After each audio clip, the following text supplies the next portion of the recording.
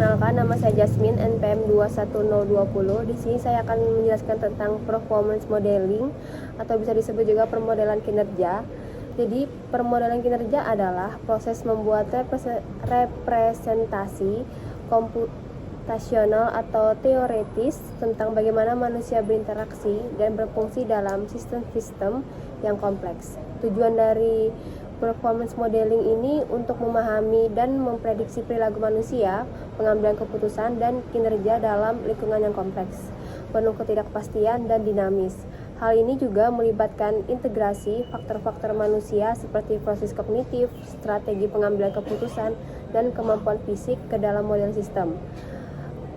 Performance modeling juga membantu dalam merancang sistem yang lebih efisien, aman, dan efektif dengan memperhitungkan karakteristik manusia sebagai pengguna atau operator dalam lingkungan yang kompleks dan dinamis. Model-model ini dapat digunakan untuk mengidentifikasi potensi kesalahan, mengoptimalkan kinerja manusia, serta merancang interaksi untuk meningkatkan keselamatan dan efisiensi sistem secara keseluruhan. Performance modeling itu ada beberapa konteks. Yang pertama ada pemodelan jaringan komputer, yang dimana digunakan untuk menganalisis dan memprediksi kinerja jaringan seperti throughput, delay, dan utilitas. Contohnya adalah model yang umum digunakan model jaringan antrian, queuing network models untuk mengoptimalkan pengaturan buffer atau buffering dan aliran data dalam jaringan. Contohnya kayak misalnya mengoptimalkan jaringan yang lelet atau jaringan-jaringan yang lagi gangguan. Terus yang kedua, ada pemodelan sistem transportasi, yaitu digunakan untuk memahami aliran lalu lintas, waktu perjalanan, dan efisiensi sistem transportasi. Contohnya, model termasuk model lalu lintas mikroskopis yang menggunakan simulasi berbasis agen untuk mensimulasikan perilaku pengemudi individual di jalan raya. Simpelnya kayak misalnya lampu lalu lintas yang ada di jalan umum pada umumnya yang kayak ada warna merah, warna kuning, warna hijau.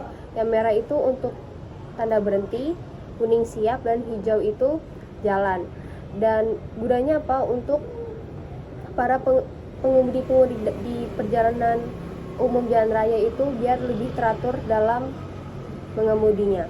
Terus yang ketiga ada pemodelan kinerja organisasi, yaitu pendekatan untuk menganalisis dan memahami bagaimana suatu organisasi beroperasi, termasuk faktor-faktor apa yang mempengaruhi produktivitas, efisiensi, dan kinerja keseluruhan organisasi. Dengan menggunakan pemodelan kinerja, kita dapat mengidentifikasi hubungan antara berbagai variabel dan faktor yang mempengaruhi kinerja organisasi, serta merencanakan strategi perbaikan atau pengoptimalan. Contohnya, pemodelan hubungan karyawan dan produktivitas. Salah satu contohnya yang dimaksud itu adalah pemodelan kinerja organisasi juga dapat melibatkan analisis hubungan antara faktor manusia seperti motivasi, kepuasan kerja, dan keahlian. Dengan produktivitas dan kinerja organisasi secara keseluruhan, dengan memahami faktor-faktor ini, organisasi dapat merancang strategi pengelolaan sumber daya manusia yang efektif.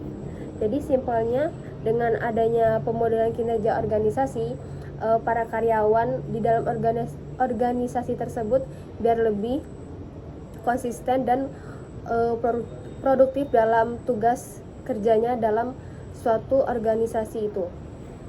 Sekian materi dari saya. Mohon maaf atas kesalah kata dan kurang lebihnya, mohon maaf. Terima kasih.